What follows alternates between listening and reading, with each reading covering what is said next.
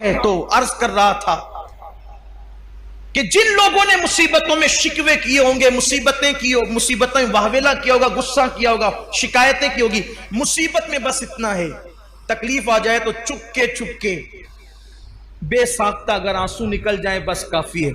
चिल्लाना नहीं, वावेला नहीं करना, आए नहीं करना, बैन नहीं करना, नोहा नहीं करना, कपड़े नहीं फाड़ना, बाल नहीं नोचना, कोई मुसीबत हो, बीमारी हो, ये हो वो। मेरे लूम के सेठ लोग तो मेरे गुंबदो मीनार के शहर में रहते हैं,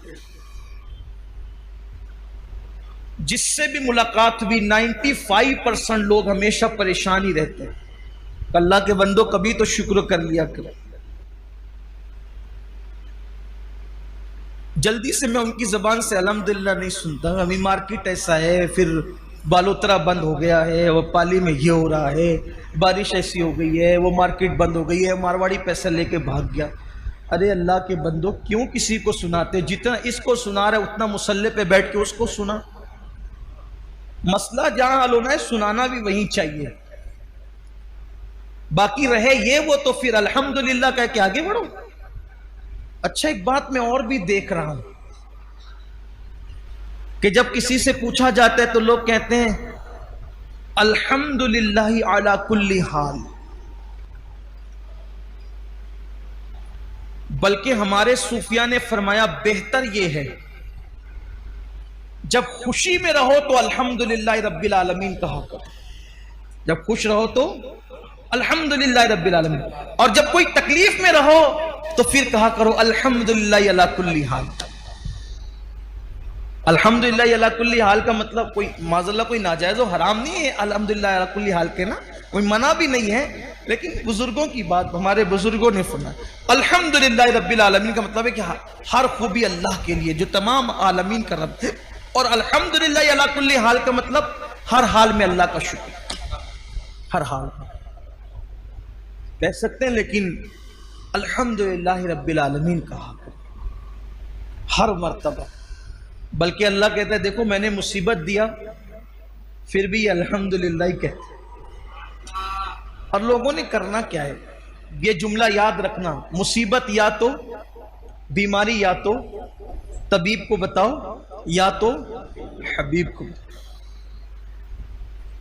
तो आवेला करने वाले, मुसीबतों में हंगामा करने वाले, चीखने चिल्लाने वाले फरिश्ते कहेंगे तुम सब भागो यहां से, चलो जाओ, तुमने फहश कलामियां की, सब्र नहीं किया, गुस्सा किया, ये किया वो किया, तुम्हारे लिए कुछ नहीं है, जाओ तुम लोग। मुसीबत भी आई थी और कोई इनाम भी उन्होंने नहीं मिला।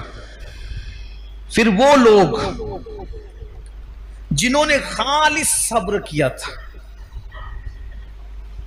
खालिस सब्र, ऐसा सब्र किसी को कुछ नहीं कहा, आंसू भी आए तो खामोश खामोश आए, निकल गए, चले गए, फिर अल्लाह फरमाएगा इन सब को लाओ और लेकर के चलो।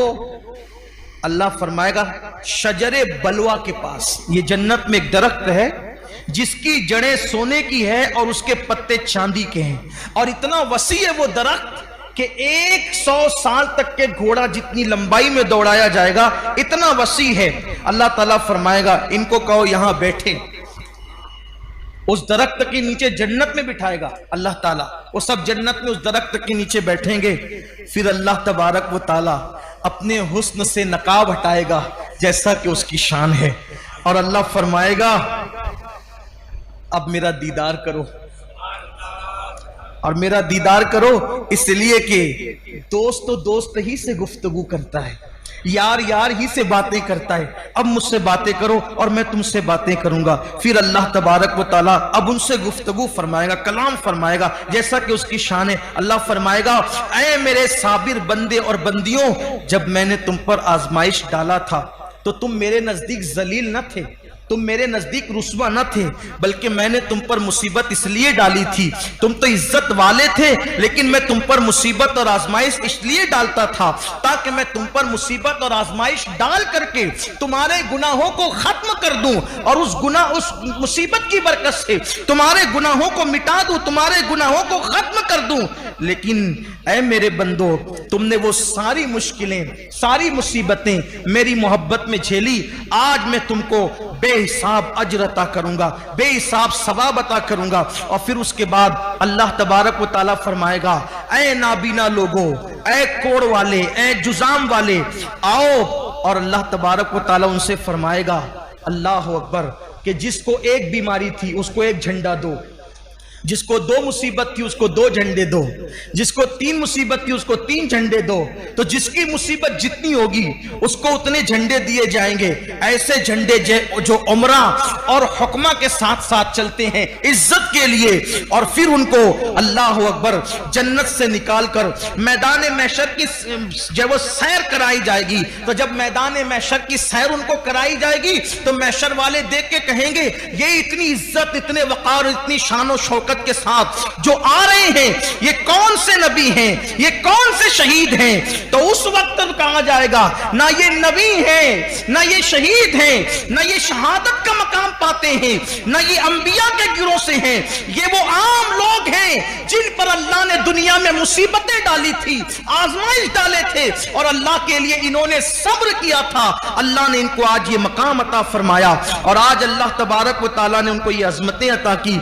उस वक्त लोग तमन्ना करेंगे, काश हम पर भी कोई मुसीबत आती, और हत्ता कि ऐसी मुसीबत आती कि अल्लाह अकबर हमें कैंचियों से काट दिया जाता।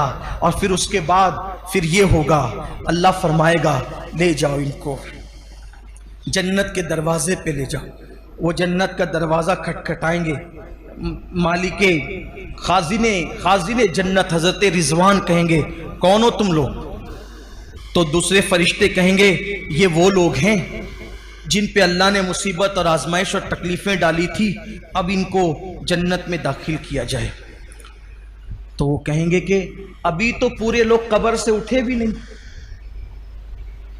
ये दूसरी रिवायत पढ़ रहा हूं, अभी तो ये लोग, अभी पूरे लोग कब्र से उठे नहीं, अभी मीजान नहीं रखा गया, अमाल नहीं तोले गए, अभी सब लोग कब्रों से बाहर नहीं आए, अभी मैदान महशर गोया के पूरी तरह से सजा नहीं, और तुम ये कहते हो कि इन्हें जन्नत में दाखिल करो। तो कहेंगे, ये अल्लाह का हुक्म है। अल्लाह ताला ने ऐलान किया है कि जिन पे अल्लाह ने आजमाइश, मुसीबत और तकलीफ दुनिया में डाली थी और उन्होंने सब्र किया था, अल्लाह ताला उनका नामे अमाल खोलेगा ही नहीं, उनका नामे अमाल मीजान पे रखा ही नहीं जाएगा, उनसे कुछ हिसाब ही नहीं होगा, उनसे कुछ पूछा ही नहीं जाएगा, उनसे कुछ नहीं कहा जाएगा, और वो सीधा जन्नत में दाखिल होंगे। इनके लिए जन्नत के दरवाजे खोल दिए जाएं ताकि ये सुकून और चैन के साथ अपने अपने महल्लात के अंदर, जन्नती घरों के अंदर बैठें। और फिर मेरे आका अलैहिस्सलाम फरमाते हैं, वो लोग 500 साल पहले सब जन्नत में चले जाएंगे, हत्ता के लोगों का इधर हिसाब व किताब हो रहा होगा, और वो जन्नत में बैठे बैठे वो सब मुशाहिदा कर रहे होंगे हिसाब व किताब का। तो उस वक्त सहाबे किराम रिदवानुल्लाहि ताला अलैहिम अजमईन ने अर्ज किया कि या रसूल अल्लाह, कौन सी चीज मीजान पर सबसे ज्यादा भारी होगी? या रसूल अल्लाह, कौन सी चीज मीजान पर सबसे ज्यादा भारी होगी? तो मेरे आका सल्लल्लाहु अलैहि वसल्लम ने फरमाया कि सबसे ज्यादा अगर कोई चीज मीजान पे भारी होगी तो वो आजमाइशों पे सब्र करना भारी होगी, और जो दुनिया में जितना सब्र करेगा अल्लाह उसके लिए पुलसरात को उतना चौड़ा फरमा देगा। इसलिए अपनी जिंदगी के अंदर सब्र को, मुसीबतों और अल्लाह से दुआ करो कि मुसीबत ना आए, और मुसीबत आए तो सब्र, बीमारी आए, पैसे की किल्लत हो, अल्लाह ना करे औलाद ना हो, औलाद हो तो नाफरमान हो, अगर सब्र करो, किसी से शिकायत ना करो। आखिरी में अर्ज करना चाहता हूं, अगर कोई मुसीबत आती है तो मुसीबत अल्लाह के करीब करने के लिए, अगर हम मुसलमान हैं, मोमिन हैं, अल्लाह के पसंदीदा बंदे हैं, तो मुसीबत अल्लाह से करीब करने के लिए। जैसे लोहे के अंदर, लोहे को जब भट्टी के अंदर डाल दिया जाता है तो भट्टी से निकलने के बाद लोहा कैसे चमकने लगता है, ऐसे मोमिन आजमाइश और मुसीबत की भट्टी में डाला जाता है, चमकने लगता है। अल्लाह का जो जितना करीबी होगा वो उतना आजमाइश में गिरफ्तार होता रहेगा। जब आजमाइश में आ जाओ तो अल्लाह से दुआ करो कि अल्लाह हमें सब्र दे।